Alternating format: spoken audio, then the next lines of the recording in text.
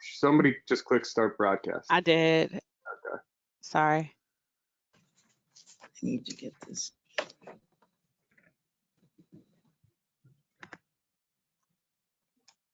Do you think this should go higher, Ian? Can you guys see my screen? Yep. Okay. Yes. And Catherine, you just say advance when you need me to go to the next slide. I'll just say next. Okay. Okay. here we That's go. everything. Good morning, everybody. Morning. Good morning. I'm glad we're. I'm So, glad. Ann, start sharing your screen, and Brandy, you started the broadcast, so we have a couple people watching. So if you want to just get us started with the intro. Sure. How do I stop sharing my screen? Or can you take that from me? I did. Yep. You did already?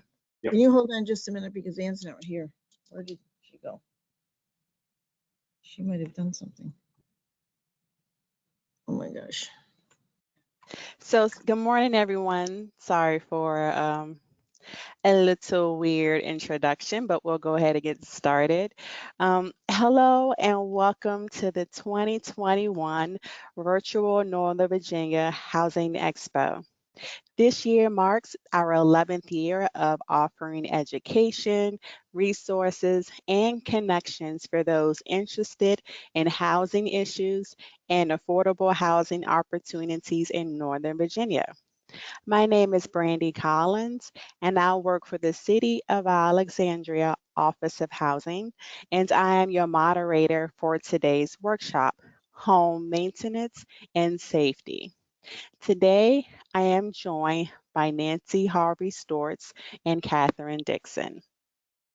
The Honorable Nancy Harvey Storts has a distinguished career in business, political service, real estate, academia, and the media. A former chairman of the U.S. Consumer Product Safety Commission, Nancy is now an associate broker with Long and Foster Real Estate, a former Virginia Realtors and Northern Virginia Association of Realtors board member, and an inductee into NVAR's Hall of Fame. She was recently honored with a Lifetime Achievement Award by the Marquee Who's Who's publication. As an international consultant, media commentator, speaker, and author, Nancy is committed to the concept of quality and safety for consumers. Her latest book, Your Home, Safe Home, has been cited as a must-read for every homeowner and renter. Catherine Dixon is the president and CEO of Rebuilding Together DC Alexandria, an organization that provides free home repairs to homeowners of low incomes. She currently sits on the Alexandria Housing Affordability Advisory Committee, the Leadership Council of Northern Virginia Affordable Housing Alliance, the Dominion Energy Share Advisory Board, and most recently joined the DC Healthy Housing Collaborative. She now lives in the DMV with her two Great Danes. Ms. Harvey Storts will provide us with information on home safety, and Ms. Dixon will provide us with information on home maintenance. After each presentation, I will pause for questions, which you may type into the chat. Feel welcome to submit those as we go along. Thank you again for joining us, and we shall now begin. Ms. Harvey Storts, I give it to you. Thank you so very much, Brandy. It's a pleasure and an honor to be with you. And I'm thrilled that you're talking about the safety issues. As you know, it's extremely important what's going on today in our world. And safety is one of the priority issues. As you know, I've been involved for a long time in trying to make the safe home a real safe home and have consumers understand exactly what they need to do to really make their home a safe one.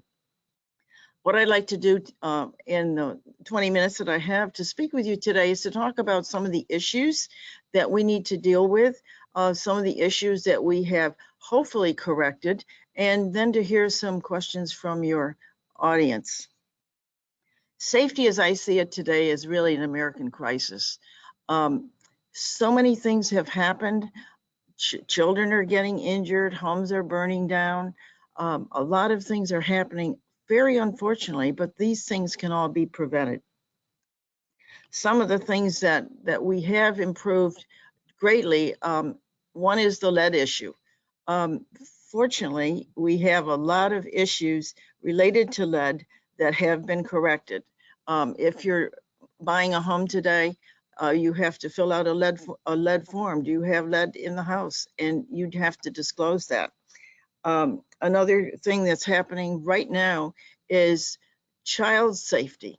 We're finding that the child has been injured and actually unfortunately died because of unsafe cribs. The Consumer Product Safety Commission today has a new mandatory standard that says that all cribs have to be improved. And so if anybody has bought a crib since 2011, you're okay because the new standards are in effect. But if it's before 2011, then it should be destroyed. And it certainly should not be given to a thrift shop. So as it relates to child safety in the home, we're very concerned about it, but I'm so glad the CPSC has taken the mantle and gotten a mandatory standard on the safety of the crib. Secondly, it's swimming pool season. So when we look back at the pandemic, so many kids were not doing their swimming lessons. So we have a lot of children under 5 that have not been trained how to swim. And so for consumers that have that swimming pool, it's really important that you get your children trained on how to swim, that you have major structures to prevent any little ones from getting into that pool, and also be sure that the issue of safety in the swimming pool is really a priority for this summer, because I think there's going to be a lot of accidents we want to avoid. Another thing that we've improved greatly are the sprinkler systems. And also we've done a lot of work in fire safety. And that was always one of my priorities when I was at the Consumer Product Safety Commission. Smoke detectors, and I think that your next speaker is going to probably be talking about smoke detectors and carbon monoxide detectors. Those are 2 items that are now required in the homes. I'm very glad to report to you that I put those together when I was chairman of Consumer Product Safety Commission, and we're getting some very good results from them. Also, I have to say a real plus to the realtors, because when I was chairman of CPSC, we did a great deal of work on smoke detectors. And I said, you know, I need an organization that's really going to help get these smoke detectors into the homes. So I called the National Association of Realtors and asked them if they would work with CPSC with our home issue of smoke detectors. And they said, yes, they would. So the realtors became my safety advisors, worked with Consumer Product Safety Commission, and we have a 98% approval now in the home, so that we now have most of the homes with the smoke detectors. As you know, I've been in this business a long time. I was chairman of Consumer Product Safety Commission, and I've continued my work. I speak all over the world on this issue, and I also have my book, Your Home Safe Home, which is a great resource for any of your listeners. Safety truly is everybody's concern. Most people say, you know what, it'll never happen to me. It'll never happen to me. It's maybe somebody else, but never to me. So things like the cribs I've just talked about, the bike helmets, really, really important. If you're in sports, if you're out riding that bike, or if you're in any of the sporting activities, you definitely need to wear that helmet. I was over at one of the hospitals a year ago, and with a friend of mine, and in came a young teenager that had just fallen off his bike. Parents were crying. The doctors were working as hard as they could. Unfortunately, this young gentleman died because he didn't have the helmet on. And so helmets, helmets, helmets. Don't let those kids, don't let your adult buddies go out without the helmets. Another issue is in the bathroom, be sure you have grab bars. It's very important because anybody can slip. We have grab bars obviously for our seniors, but we want to be sure that we also have it for anybody that's in the tub, because if there's some slippery soap in there, you can so easily fall, and we don't want that to happen. Another issue in the kitchen, I want to be sure that everybody understands they shouldn't leave the kitchen with something on the stove. And I hate to admit to you, but I was a victim of that just last week. I was cooking some rhubarb, and all of a sudden I smelled something, and not only did the rhubarb burn up, but I almost had a fire in my kitchen because I forgot. A telephone call came and I forgot to turn off the electricity. So another little tip for you. And then the other issue that I've already addressed, but I'm going to say it one more time: the swimming pool, the whirlpool, and the bathtub.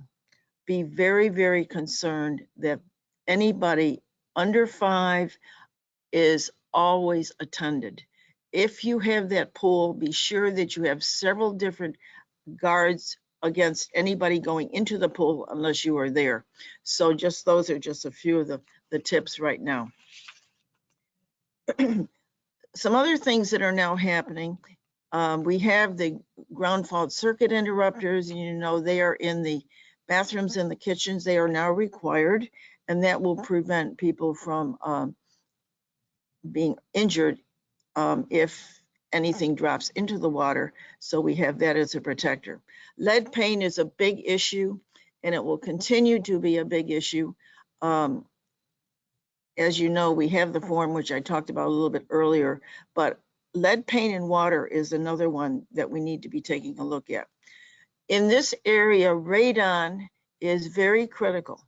The number 2 cause of lung cancer is radon.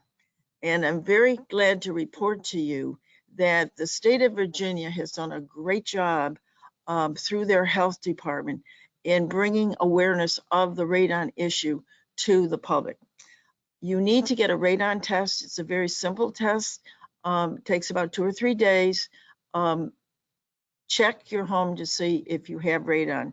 I just lost a very, very, very dear friend of mine to cancer. And I asked her, have you had this home checked for radon? And she said no. And I said, well, I really hope that you will have it checked. Unfortunately for her, it was too late. But everybody, listen to me, please. Get a radon check. It's easy. It's not very expensive. And if you do have radon, the correction is very, very, very, very positive. And if you have the radon, if you do have the radon checked and then you have it, the radon installed so that you won't have it in your home, it can be easily done by a radon specialist. Smoke, we've talked about the smoke and the carbon monoxide detectors. Check them to be sure that they're the new ones. Anything over 10 years is too old, and also be sure you've got some batteries in them. Some of the areas also that I've been working on lately is looking at industry and what they're doing. It's been very appalling to me to see one of the companies, Peloton, I'm going to name the name, Peloton, who has, as you know, some of the very important exercise equipment, has been having some very serious problems with that equipment. At first, the chairman said, we're not going to do anything about it. We don't need any recalls from CPSC. But the problem is that with some of the Peloton equipment, people get underneath the platform and they get caught. And we've had one child die. We've had over 70 people extremely injured.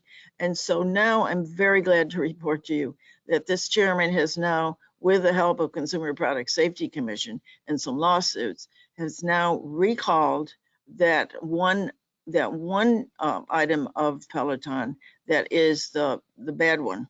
Go to consumerproductsafetykcommission.gov and you can get the number of the Peloton equipment that is recalled. And then there's another one that is a voluntary standard. I don't know why it's still voluntary. It should be mandatory, but you will know if you have that equipment. Peloton on the first one will take it back, or they will take it out of the room in your house and help you take care of that. But it's a very serious problem, and there's been a lot of injuries. And I know that it's been a very favorite item. Exercise equipment is a very favorite item for a lot of people. I want to compare that to Johnson & Johnson. Johnson & Johnson, as you well remember, they had a major problem with Tylenol, and it was totally, their packaging was totally redone. But when I was chairman, the 25 size Tylenol was causing a lot of problems in that the packaging was incorrect. So my people came to me and said, we want to recall Tylenol. And I said, before we recall it, I want to bring those the chairman and the CEOs and their vice presidents to Washington. I want to talk to them in a meeting with our other commissioners. When they came to CPSC, not only did they have every laboratory in the country tied up looking to see what in the world had happened with their 25 size Tylenol, they'd already taken it all out of the marketplace and told us exactly what they were going to do for the consumer. They spent hundreds of thousands of dollars on that recall. And as an example of a company that did something positively right up front and one that said, no, we don't have any problems, I give J&J a huge applaud for their opportunity to work with us, to get it out of the marketplace, and to then put it back safely. Another item that I also worked on was children's jewelry. That was a huge recall. 150 million pieces of the junk jewelry that you find in the vending machines was loaded with lead that came in from India. And by working with them, I was not at CPSC at the time, but I was doing that for my own company. But we did get all that junk jewelry out of the marketplace. Those manufacturers understood if they didn't, they were going to be in serious trouble. And so I applauded them for their work as well. So as consumers, let me say to you, if you have anything that is causing you a problem that you think is unsafe, report it to CPSC. They're always constantly checking equipment, checking products to make sure that they are safe. But if they are not, then they look very hard and they will do recalls and get that product out of the marketplace. Another area that I'm looking at very closely, the retailers have been fabulous. They are working very hard to have high standards and to make sure that their products are safe. Right now, we've got a big issue with counterfeits, and that's in the international marketplace. A lot of our products are coming in from around the world, and they are not the real thing. So the Customs Department is working with the industry, particularly in China, about what's coming into the United States, because a lot of the products are not meeting the standards. I applaud Amazon for bringing out of their marketplace a lot of the product that they felt was counterfeit and recalled it. So if you think that you're buying something that you think has a brand name and it isn't a brand name, go to that manufacturer. If it's Amazon, let Amazon know, because they're very, very positive in what they're doing, and make sure that the standards that we have on all of our products have a lot of teeth. If they're United States standards, if they're coming in from outside the world, outside of the country, then we need to really take a hard look at it, because a lot of it is counterfeit.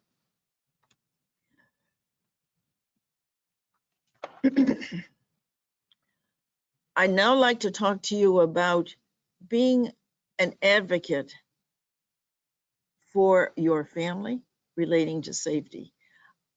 understand and read the labels on everything that you buy.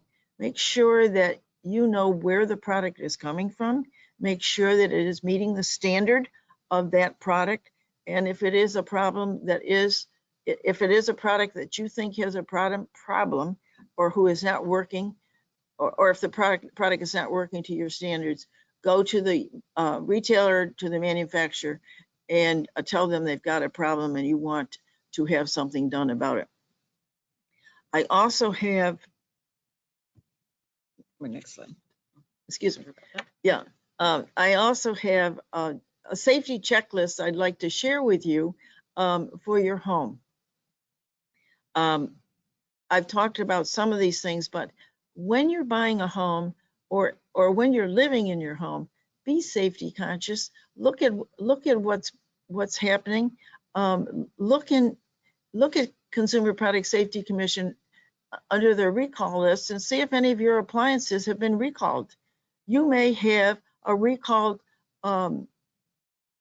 product in your own kitchen that needs to be taken out. So look at cpsc.gov and they have a whole list of all the things that have been recalled. Also, if you're buying a home, make sure you know whether your home is in a flood zone. If it is, you need to know about that, and you certainly need to have insurance for the flood zone.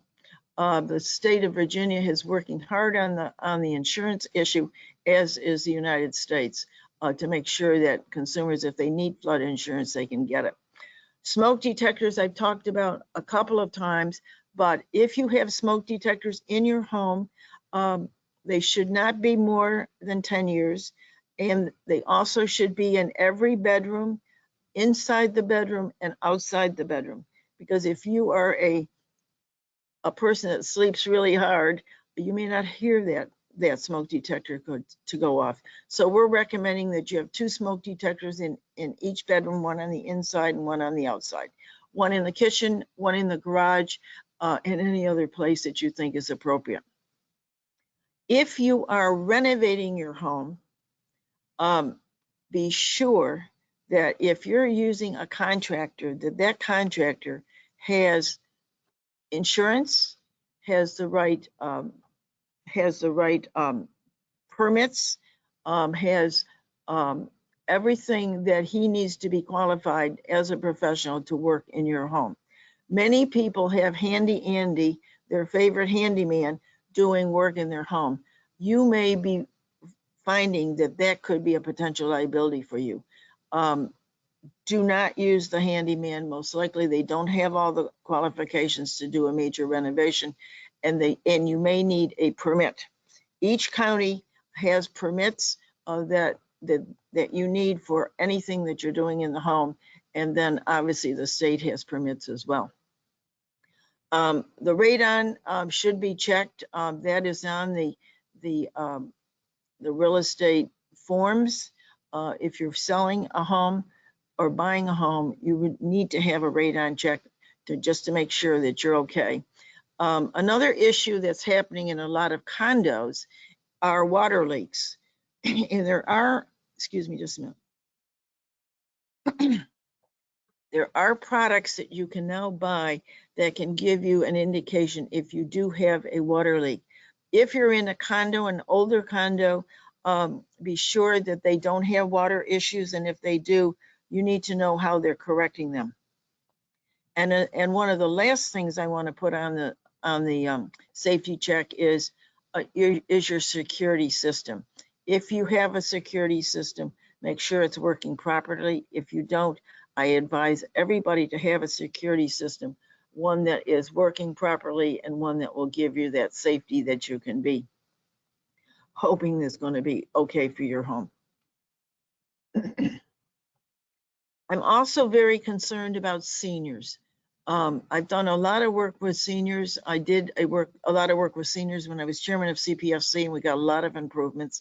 But here's some tips for you if you're bringing grandparents or older people into your home. Make sure you have safety rails. A lot of the homes have step downs right now, and that one step if somebody doesn't have a little safety rail on it, that can be a potential broken leg, broken arm, or even a broken hip for anybody that's stepping down. So get those safety rails up. Wherever there are steps, be sure you've got the safety rails. And most importantly, have them on the outside where a person's either coming into your house or going out of your home. I see so many homes that have a very beautiful stairway and no safety rails. And it's very easy to slip, and that is very serious. Label your basement doors. Why I say that is if you're having friends that visit you and are staying overnight, sometimes they have to get up to go to the bathroom, and they open a door that they think is the bathroom door. Instead, it's the door to the basement.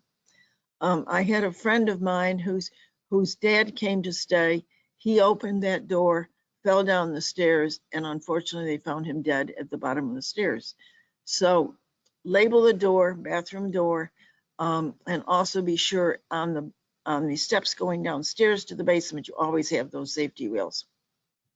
Raised toilets are kind of in today, and it helps all of us to have a raised toilet, because when you're getting off it, sometimes people lose their footing and can fall. So that's another thing that I recommend. Also, a water shutoff valve, and that you put those near the toilets and wherever you have water in the bathroom, and know where that shutoff valve is. A lot of our homes have what we call a little bit too much material in it. To some boxes, some tables that maybe need to be moved, particularly in the hallways or in the pathways. So look at that, and I'm sure our next speaker is going to be talking about ways you can do that, but I'm just giving it as a little tip too. Rugs and carpets. If you're having new rugs put in, I always recommend that in the installation that you have the rugs and the padding underneath cut outside of the home and let it air out for 72 hours. There are fumes that come out of the rugs and the carpeting that can cause a lot of allergies, and that just is a good way to do it. Obviously, a lot of rug installers don't want to do it, but if you're their good customer, they will do it. And then medication management. We have a lot of unfortunate poisonings from chemicals, from drugs, and from other things when little kids are around the property. So make sure that you use the preventive packaging on anything that could be a problem for them. Some other things that you should have in your home safety kit, because we never know when that power is going to go off. So get that flashlight, that big flashlight, make sure those batteries are working in it. And fire extinguishers, very important, and know how to use them. And then also the escape ladder. If you have a home that could use a escape ladder, they're easy to purchase and they could save a life. So it's been very important for me to talk to you today about some of the safety issues. I think that I applaud all of the sponsors that are working with the safety issue. It's an important one, and I believe totally in partnerships. So if the fire department or the health departments are working on safety as an issue, you get a big A+ from me. I've put together a list of resources for you. Here's my book, Your Home Safe Home, which is it's my third book. It gives you all kinds of ways to be safe in your home. I talk about baby safety, senior safety, indoor safety, outdoor safety, and a lot of good tips and a lot of case studies of things that have happened to each other. So you can get a copy of this book at NVR. As a matter of fact, they've got some books. You can also get it on Amazon, and you can also, if you just write me, you can definitely get a copy directly from me. The U.S. Consumer Product Safety Commission is one of your best resources, cpsc.gov. Look on it for recalls. They have all kinds of new issues that they're addressing and all kinds of great information. And I always use it as my number 1 for resources. Food and Drug Administration is another great organization. They're involved with the food items and the safety items, and excellent, fda.gov. If you should have a problem that you think you might have been poisoned, either from an allergy or whatever, call the National Poison Control Hotline, 1-800-222-1222. That is fabulous. I've called them several times when I happen to be a person that's allergic to a lot of things. So I will call them and ask them, what should I do? And they tell me exactly what to do. And one time they actually told me I had to go to the emergency room, which I did not do because I knew that the remedy gave me might work, and it did. Safe Kids Worldwide, that's a great organization that works on safety issues for children, and a good resource at safekids.org. And so that's another great resource for you. Department of Homeland Security, as you know, is involved in many of the safety issues. Great information on their websites. They're doing a lot about this counterfeit issue. And of course, they do a lot on immigration, a lot of the other issues that are in the national interest right now.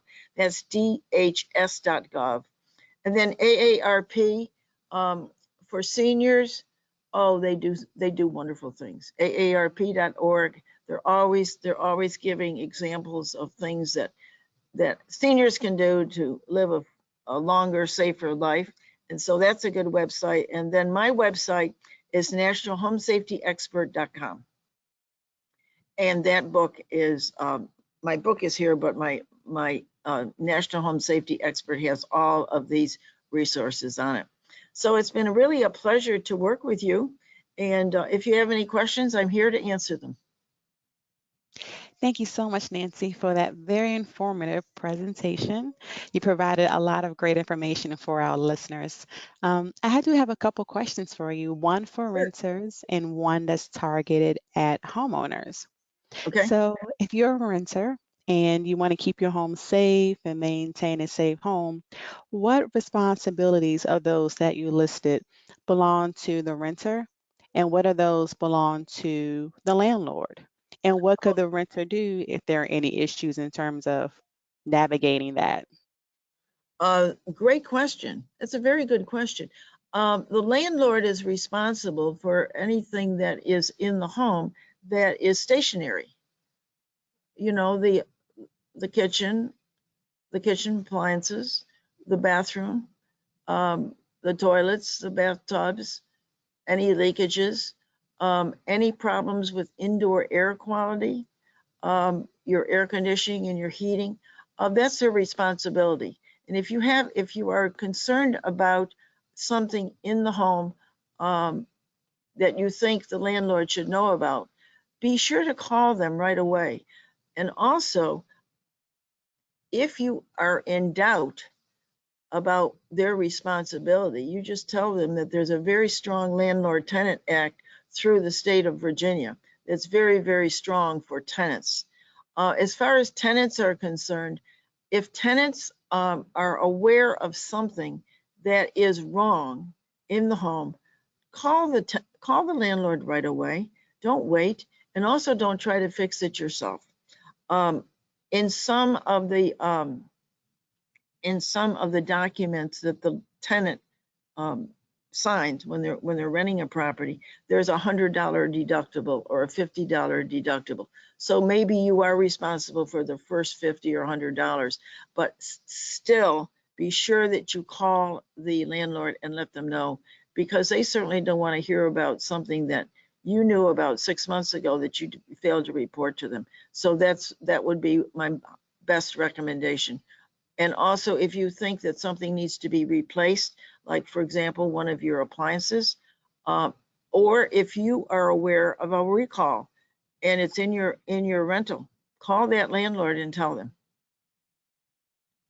Great, thank you, Nancy. Uh-huh. And a question from the homeowners. Home warranties. What is your perspective on home warranties for appliances and the furnace and all of those big ticket items? And when a person buys a home, they're flooded with all of these offers to purchase a home warranty from these various companies. Right. Great question. As a matter of fact, I was just helping one of my clients put a offer together last night on a home, and the subject of home warranty came up, and they said, what do you think about that? And I said, I think that you should definitely get a home warranty if you're buying a home.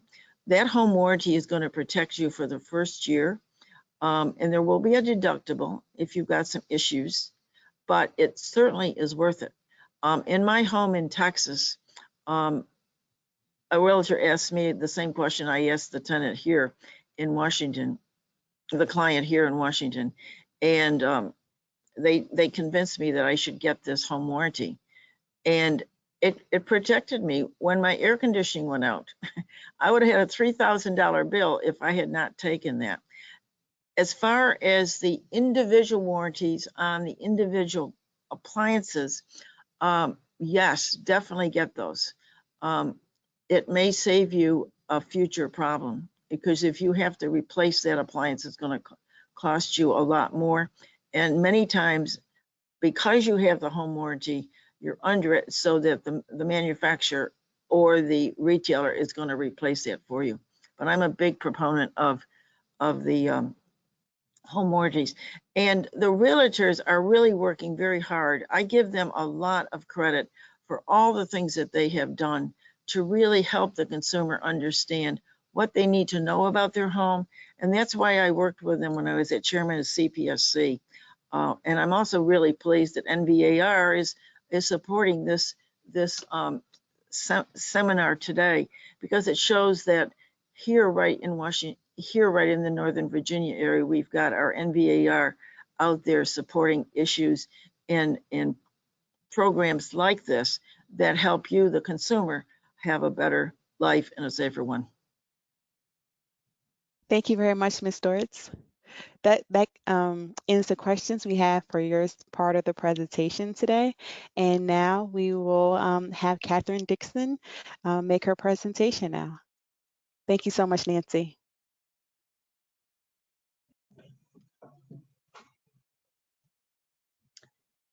Great. Thank you, Brandy. And Nancy, thanks so much for that session. I actually learned a lot, and even small points like when you are changing out a crib, instead of donating your pre-2011 crib to a thrift store, completely destroy it. So thank you. Thanks for those tips. So as Brandy mentioned earlier, I am Catherine Dixon with a nonprofit organization that serves DC and Alexandria called Rebuilding Together. And we provide free home repairs to homeowners of limited income. So today I'm just going to review some home maintenance issues that some are specifically single-family home oriented, and some are certainly geared toward condo owners as well. So Nancy started out with her safeties about heading into the summer, and for us, part of the summer challenges can be, oh my gosh, definitely the heat and humidity here in the DC area. But it also gives us a good time to do some exterior work around our home, such as cleaning debris from your windows, inspecting your caulk and grout in the kitchen and the bathroom. It's a good time to reseal around your bathtub and or kitchen sink to prevent future leaks.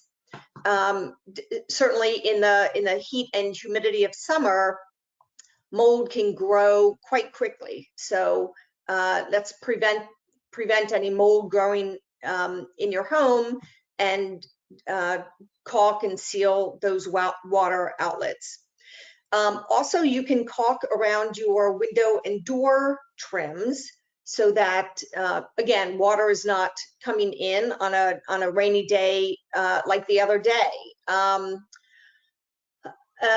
Gosh, just yesterday, I just bought a home built in 1932, and the basement exterior drain has not been drained. So I was bucketing out a ton of water from my basement from the rain the other day. So not a good time. And certainly make sure that your air conditioner is operating properly. It's gotten its maintenance checkup, its filter is clean and changed frequently. One rule of thumb I've heard is to change your filter every month. That's a hard task to follow. I think once a quarter. Quite frankly, I bet most of us just do it once a year. So next.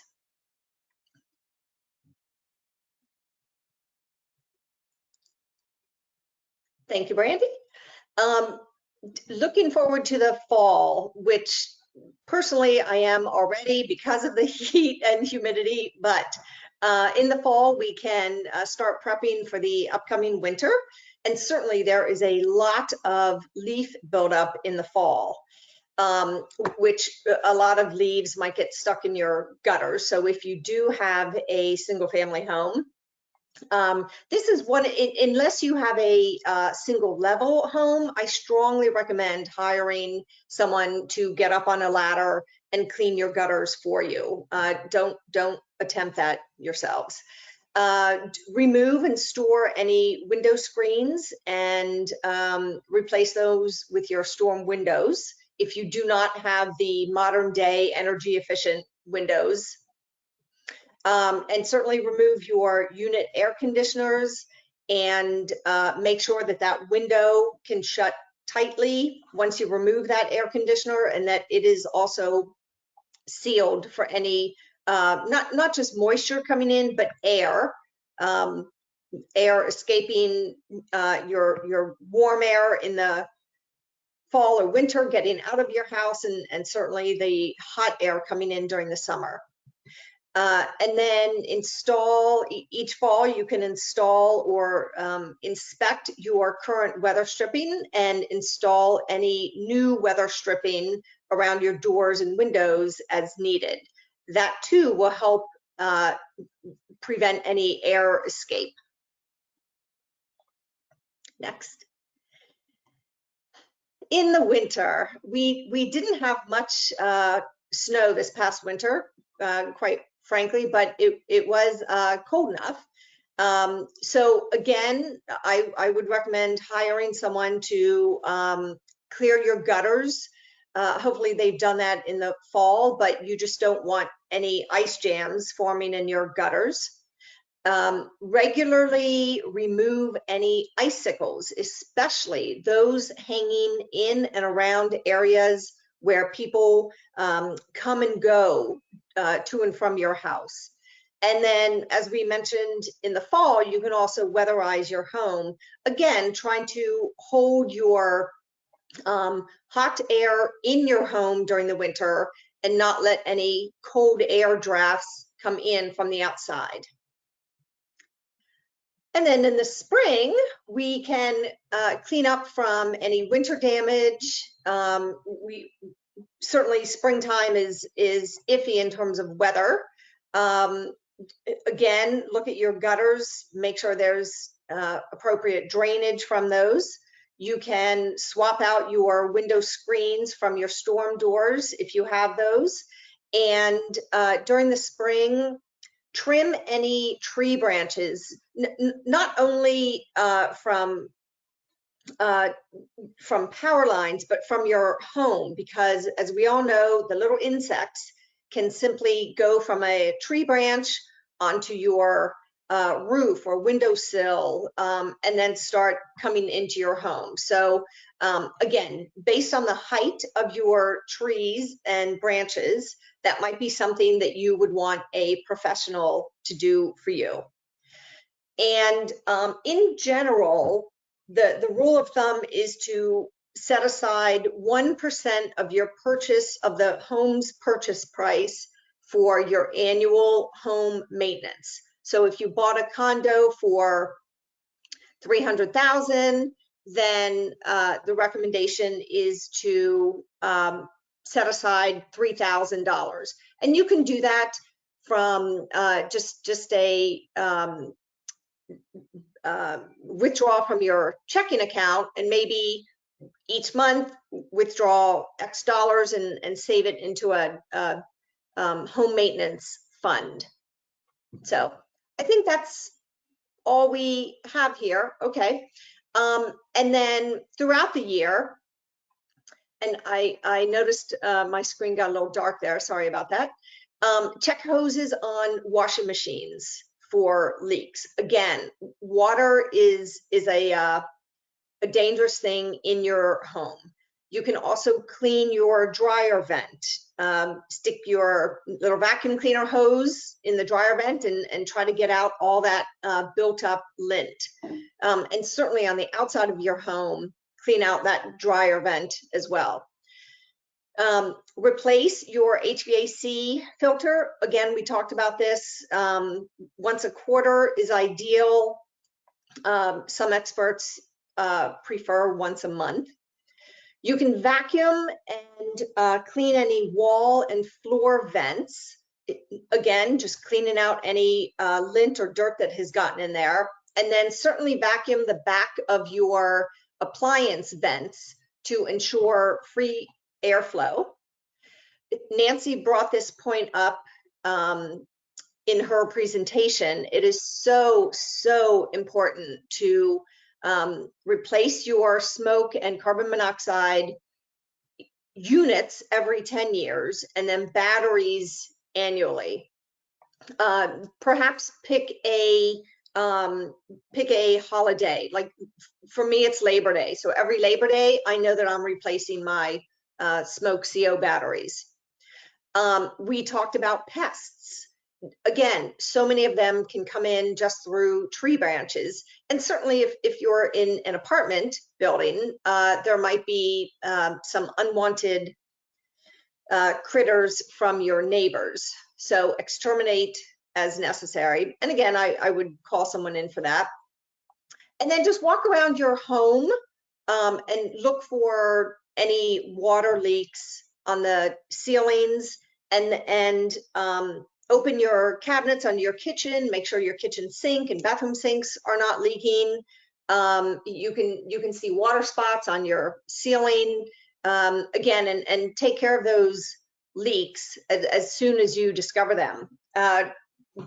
Maybe a year ago, I was walking in my old home, and in the laundry room, I remember this clearly. I must have been walking in the laundry room for, I don't know, 2 or 3 weeks wearing shoes when I did my laundry. And one day I walked in bare feet, and the floor was soaking wet because my hot water heater pan had a leak in it.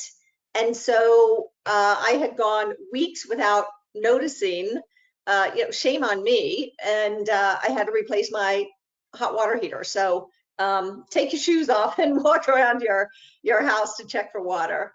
So, all right, I do think that's it, Brandy, right? Yes. So thank you all very much. Again, I'm Catherine Dixon with Rebuilding Together.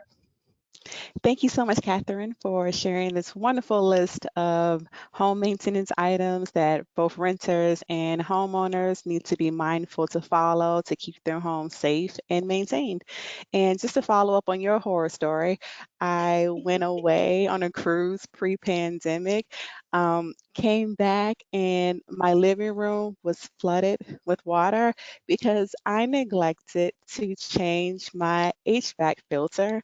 And I don't know, maybe for 6 months, and it was filthy and clogged. And so all of that condensation, I guess it was in the summertime, so all the condensation and whatever moisture flooded out of the HVAC and went all the way to my living room on my hardwood floors.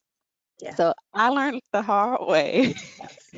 that Yes. one is supposed to change their HVAC filter on a regular basis. As a homeowner, I just had I just totally forgot. I thought it was, Mhm. I thought once a year having a guy come in and doing the little inspection would suffice, but so I had a lot of work to do when I came home from Yes. vacation. So Yes. this list is very handy. And the item that you mentioned to save 1% of the home's value, or was it the sales price? Sales price. Mhm. 1% of setting aside 1% of the sales price, breaking that up over 12 months, saving that in your home maintenance fund is really important so that we can stay on top of those expenses. Right, and that's just for home maintenance. That would not include a new roof if you happen to need one. So just on an annual basis for general home maintenance, the rule of thumb is about 1%. Excellent. Yep. And Catherine, can you share a little bit about what your program specifically does for low-income homeowners who need some extra assistance with maintaining their home? Sure. So we operate year-round and serve homeowners in Alexandria and DC of limited incomes. And quite honestly, most of them are seniors. As we age, many of us don't have that income coming in because we've stopped working. Not the case for me, but so many of our clients cannot afford to set aside home maintenance costs or the especially funds for the large ticket items. So if someone's HVAC system is 20, 30 years old, and it's broken, it's no longer working, then the homeowner can apply to Rebuilding Together for free services. We do everything from roof repair to installing grab bars and smoke detectors and fire extinguishers. Many of the items that Nancy referenced in her presentation that are around the safety of one's living environment, we address. And that would also include a broken window or something as simple as a light on someone's front porch or even a doorbell. So all of the items related to safety and the health of a home are very, very important to maintain. So we provide those, again, free of charge for homeowners of low income in the city of Alexandria. That's wonderful. Yeah. So if people are interested or know a senior who's low income who need assistance, the organization's webpage is displayed right now. But after the presentation is over, all of our viewers and anyone else who's interested can rewatch the presentations from both Nancy and Catherine and have access to all of the resources that they mentioned during their presentations. Super. Thank you so much, Catherine. Thank you, Brandy. You're welcome. I think this concludes our presentation for today. We are so glad that you were able to join us. Again, this is the 11th year of the Northern Virginia Housing Expo, and we have 6 more months of programming for you. So look on the workshop webpage. If any other workshops are of interest, please sign up and share this information with your friends. Thanks so much for joining us today, and take care.